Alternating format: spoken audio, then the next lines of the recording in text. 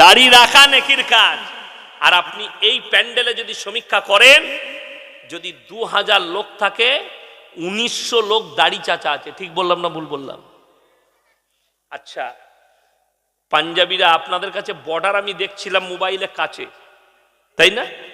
আচ্ছা, বর্ডারে ডিফেন্সে পাঞ্জাবিদের ছেলেরা চাকরি করে না? করে না? করে। তাদেরকে দেখেছেন মাথায় পাগড়ি নাই? তাদেরকে দেখেছেন মুখে দাড়ি নাই? পাঞ্জাবিদের ছেলেরা পুলিশ হোক, ডিফেন্সে চাকরি করুক, যে কোনো জায়গায় তাদের মুখেতে দাড়িও পাবেন, মাথায় পাগড়ি পাবেন। ইল্লা খালি মুসলমান মুখেতে বলে রসুলকে মহব্বত করি, কিন্তু হারামখোর সেলুনে বসে নিজে থেকে দাড়িগুলো চেঁচে দেয়।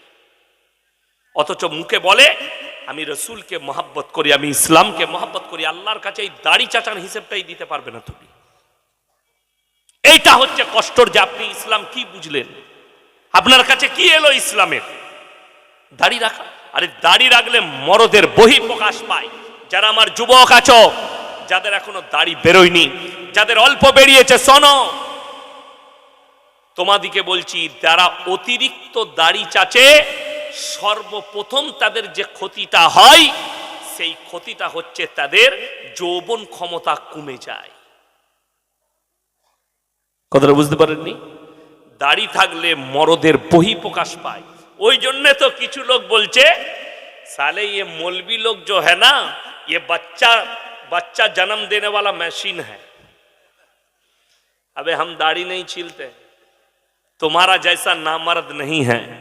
हम गोश्त भी खाते हैं, और इंशाअल्लाह अगर अल्लाह चाहे तो अभी एक निकाह दूसरी करा के दिखा दो, আর একটা বিয়ে দেন ইয়াসিনের, আবার দেখবেন 3টে বেটা হয়েছে, নাহলে 3টে বিটি হয়েছে। কেন? মরদ। আর আমরা এই যে মাদ্রাসার তালবিলিম গুলো মাদ্রাসার ভেতরে আছে, আচ্ছা, এই বেদবেড়িয়া মানসায় জিনা হয়, কথা বলে না? মেয়েরা ঢুকতে পায় না? জোরে বলুন না সুবহানাল্লাহ। আর কলেজ ইউনিভার্সিটি ছেলেরা কি হইলেন, শালা রবিবারও স্কুল চলে যাচ্ছে। মা বলছে রবিবার কি স্কুল রে?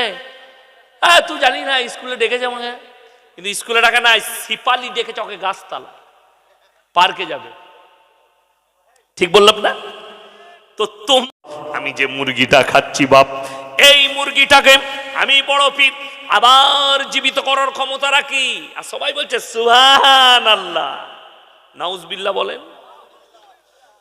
যতগুলো এই মাদ্রাসায় শিক্ষক আছে শুধু নয়, নদিয়া ডিস্ট্রিক্টের যতগুলো আলেম আছে, আমি কিয়ামতের সকাল পর্যন্ত চ্যালেঞ্জ ছুড়ে গেলাম, একটা হাদিস যদি বার করতে পারে যে রাসূল আকরাম সাল্লাল্লাহু আলাইহি সাল্লাম দুম্বার মাংস খেয়েছেন, দুম্বাকে জীবিত করেছেন, রাসূল আকরাম সাল্লাল্লাহু আলাইহি ওয়াসাল্লাম ছাগলের মাংস খেয়েছেন, ছাগলকে জীবিত করেছেন, এরকম একটাও হাদিস নেই।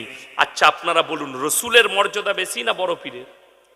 রাসূল সাল্লাল্লাহু আলাইহি সাল্লাম তিনি রাহমাতুল লিল আলামিন, পৃথিবীর আদি থেকে অন্ত পর্যন্ত সৃষ্টির শ্রেষ্ঠ। নাম্বার 1।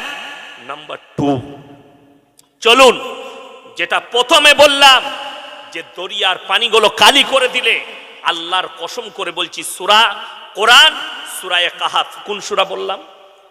কাহাফ। যাদের কাছে বাংলা মানে কোরআন আছে, আমাকে গালি দেবার আগে গিয়ে খুলে দেখবেন, একবারই শেষ আয়াতের আগের আয়াত সূরা মারিয়ামে গিয়ে শেষ হচ্ছে, 16 পারায় শেষ হচ্ছে, 15 পারায় শুরু হচ্ছে।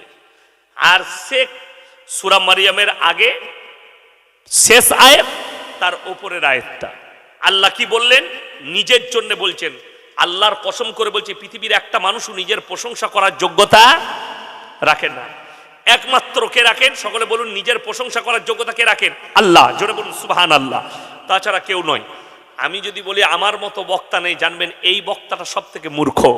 কেউ যদি বলে আমার মতো ডাক্তার নেই, ওই ডাক্তারের কাছে চিকিৎসা করবে না, ওর মাথাটা হ্যাং হয়ে গেছে। কেউ যদি বলে আমার মতো মাস্টার নেই, তিনি মূর্খ। পাড়ার লোক বলবে এই হুজুর খুব ভদ্র, এই আলেম খুব ভালো। 10টা লোক বলবে এই ডাক্তার বাবু খুবই ভালো, এটা প্রশংসা করবে। আমার ভাই, কোরআন খুলুন।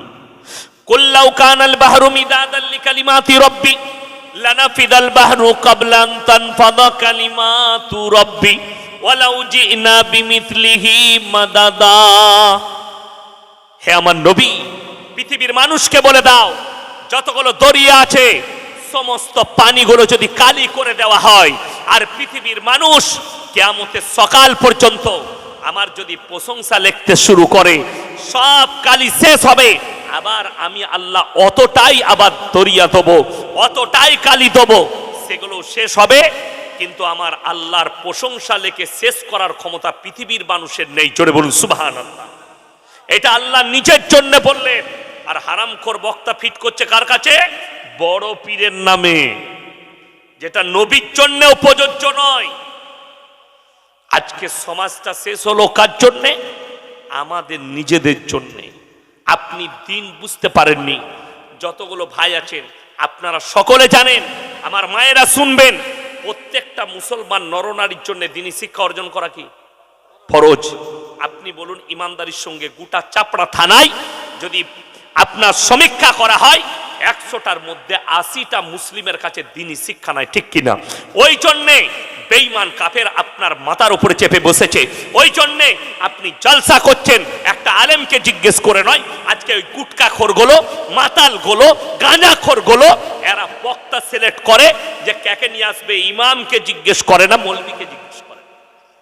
ঠিক বললাম না ভুল বললাম?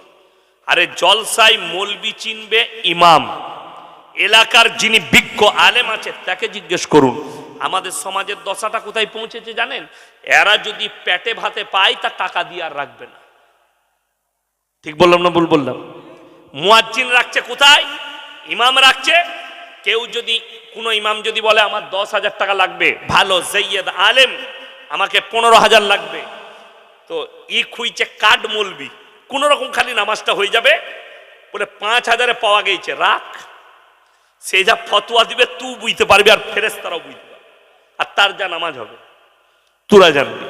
ওই যে চাচা আর কাজ করতে পারে না, চাচার শরীর খারাপ, চাচা মাঠে খাটতে পারে না, লোকের ঘরে কাজ করতে পারে না।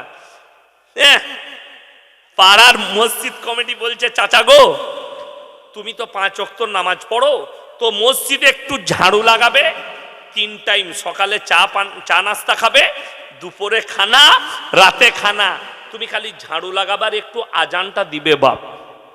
সে দেখলে নাই মামার থেকে কানা মামা অনেক ভালো, এমনি তো কাজ করতে পারি না, তা পেয়েছে একখানা, আমার পেটটা তো চলবে, কারো কাছে হাত পাততে হবে না, চাচা ভালো পেয়েছে। এরপর আজান এমন দিচ্ছে গায়ে আর ফেরেশতা না। হ্যাঁ, আল্লাহু আকবার, আল্লাহ। আরে মনে করছো ফজরের সময় আজান দিচ্ছে, চাচা আসসালাতু খায়রান মিনাল, যার নাম খয়রন সে মনে মনে করছে আমাকে কে ডাকলে ভোরের বেলায় উঠে পড়েছে। এই হচ্ছে আপনার দশা, পেটে ভাতে। বড় কষ্ট লাগে। সমাজের লোক বিটির বিয়ে দিলে 4 বার ছেলেটার খোঁজ নেয়, 10 বার খোঁজ নেয়, ছেলের বাপ কেমন, তার পরিবার কেমন, ছেলেটা কেমন। কিন্তু আপনি মসজিদের একটা মুয়াজ্জিন রাখবেন, আপনি খোঁজ নেবেন না তার আজানটা শুদ্ধ আছে কিনা, লাগুক 1000 বেশি। আপনার মসজিদে এমন একটা ইমামকে রাখবেন যে বুক ফুলিয়ে স্টেজে দাঁড়িয়ে, মেম্বারে দাঁড়িয়ে হক কথা বলবে। আপনি রেখেছেন পেটে ভাতে মৌলবি, খাবি দাবি নামাজ পড়াবি না, তার সূরা শুদ্ধ আছে না, একটা মশলা বলতে পারবে। ওই জন্যই তো। আর যারা সৈয়দ আলেম তারা দেখতে মসজিদে ইমাম বেতন নাই, চল মসজিদ মাদ্রাসায় পালিয়ে চল। অনেক আলেম দেখছে এরা বেতন দিচ্ছে না, চলো ব্যবসা কর। দুঃখটা ওইটাই। আমাদের দেশে দেখুন, আমি খালি নামে শুনতে পাচ্ছি ইমাম সংগঠন, অমুক সংগঠন। আমরা আটি করেছে ইমাম সংগঠন করে, তারপরও আলেম থেকে বেজ্জতি করে মসজিদ থেকে বার করা হচ্ছে, বিনা দোষে বার করা হচ্ছে। ইমাম সুদের বয়ান করছে, হারামখোর কমিটির মধ্যে সুদ করা আছে, পেছনে লেগে তাড়িয়ে দিলে। ঠিক বললাম না ভুল বললাম? এইখানে খোশবাগ মাদ্রাসা কাছে না দূরে আমি জানি না, কাছে। এই খোশবাগ মাদ্রাসা আর এই বেদবেড়িয়া মাদ্রাসার হেড মোল্লা যদি আমাকে প্রমাণ দিতে পারে, আমি জীবনে আর নদিয়া ডিস্ট্রিক্টে জলসা করব না। যে অমুক মসজিদ কমিটির লোকরা এসছিল, হুজুর আমাদিকে লিখে দেন তো কোন কোন লোকগুলো কি কি শর্ত থাকলে, গুণ থাকলে তবে মসজিদের সেক্রেটারি, কেসিয়ার আর মসজিদের মেম্বার হওয়া যাবে। একজনে এসছে মাদ্রাসায় কোনোদিন? আসে নাই, আসবে না তো। কেন? যদি চাপড়া থানায় 100টা মসজিদ থাকে, 95টা মসজিদের মতওয়াল্লি, সেক্রেটারি, কেসিয়ারের নামটা কাটা যাবে। ঠিক বললাম না ভুল বললাম? কাটা যাবে। কেন? ওই শর্তগুলোর মধ্যে 1 নম্বরটাতেই কাটা যাবে, ইমামের অবর্তমানে নামাজ পড়ার তো যোগ্যতা থাকতে হবে। 2 নম্বর, আমানতদার হতে হবে। 3 নম্বর, তাকে পরেজগার মুত্তাকি হতে হবে। আর আমাদের দেশে সেক্রেটারি বেশিরভাগ কে হয়? সুদ খেয়ে বড় লোক হয়েছে বলে অকি করে দেয়, টাকা আছে। ঠিক বললাম না ভুল বললাম? লোকের মেরে নিয়ে বড় লোক হয়েছে, দিয়ে হজরত মাকে ডাক্তার দেখাতে নিয়ে গেছে কৃষ্ণনগরে, দিয়ে জমিগুলো জায়গাগুলো নিজের নামে করে নিয়েছে, দিয়ে হজ করে এসে বলে ওকে মতোয়াল্লি করে দে। হাজি সাহেব, তুই কবরে যা, তোর কেলানি শেষ থাকবে। আর যারা মতোয়াল্লি করেছে তারাও মার খাবে। ভাইয়ের সম্পত্তি মেরে নিয়েছে, লুকিয়ে লেখে নিয়েছে, হজ করে এলে সে ইমানদার হয়ে গেল। আরে হজ করেছে, হজের নেকি আলাদা আছে, পাপ করেছে, পাপের হিসাব আল্লাহর কাছে লাগবে। লাগবে না? লাগবে না। একটা লোক নামাজ পড়ছে, 5 ওয়াক্তের নামাজি, কিন্তু রাতের বেলায়, ভোরের বেলায় তাহাজ্জুদ পড়তে উঠে লোকের এলে ফুটো করছে যেন আমার জমিটা আগে পানি হয়। তার নামাজ কাজে লাগবে কিয়ামতের দিনে? ওই ফুটোওয়ালাই নামাজ পাবে। আপনাকে আমি ওইটা বুঝাতে চাইছি। আপনি ইসলাম বুঝতে পারেননি, আপনার বুঝে আসেনি। মুসলমান কখনো অন্যায়কে প্রশ্রয় দেয় না। ইসলামে অন্যায় নেই, চুরি নেই, মিথ্যা নেই। আজকে বলুন, এই মোবাইল আসার পর থেকে যে মানুষটা 10টা মিথ্যা কথা বলতো, সে 90টা বলে। ঠিক বললাম না ভুল বললাম? আছে কলকাতা, এই আছে ঘরে একজন টাকা পায়, হ্যালো কোথায় আছিস রে তুই, টাকাটা লুবো। আমি তো ঘরে নাই। কোথায়? এই কৃষ্ণনগরে আছি। মাল ঘরেই আছে। ঠিক বললাম না ভুল বললাম? একদম কাঁচা মিছে কথা। এই মোবাইল আসার পরে মিথ্যা কথা বলা গুনাহ না নেকি? গুনার কাজ। আপনারা বলুন, দাড়ি কাটা নেকির কাজ না দাড়ি রাখা নেকির কাজ? কথা বলেন। দাড়ি রাখা নেকির কাজ। আর আপনি এই প্যান্ডেলে যদি সমীক্ষা করেন, যদি 2000 লোক থাকে, 1900 লোক দাড়ি চাচা আছে। ঠিক বললাম না ভুল বললাম? আচ্ছা, পাঞ্জাবিরা আপনাদের কাছে বর্ডার আমি দেখছিলাম মোবাইলে কাছে, তাই না? আচ্ছা, বর্ডারে ডিফেন্সে পাঞ্জাবিদের ছেলেরা চাকরি করে না? করে না? করে। তাদেরকে দেখেছেন মাথায় পাগড়ি নাই? তাদেরকে দেখেছেন মুখে দাড়ি নাই? পাঞ্জাবিদের ছেলেরা পুলিশ হোক, ডিফেন্সে চাকরি করুক, যে কোনো জায়গায় তাদের মুখেতে দাড়িও পাবেন, মাথায় পাগড়ি পাবেন। ইল্লা খালি মুসলমান মুখেতে বলে রসুলকে মহব্বত করি, কিন্তু হারামখোর সেলুনে বসে নিজে থেকে দাড়িগুলো চেঁচে দেয়। অথচ মুখে বলে আমি রসুলকে মহব্বত করি, আমি ইসলামকে মহব্বত করি। আল্লাহর কাছে এই দাড়ি চাচার হিসেবটাই দিতে পারবে না তুমি। এইটা হচ্ছে কষ্টর, যে আপনি ইসলাম কি বুঝলেন, আপনার কাছে কি এলো ইসলামের? দাড়ি রাখা। আরে দাড়ি রাখলে মরদের বহি প্রকাশ পায়। যারা আমার যুবক আছো, যাদের এখনো দাড়ি বেরোয়নি, যাদের অল্প বেরিয়েছে, শোনো,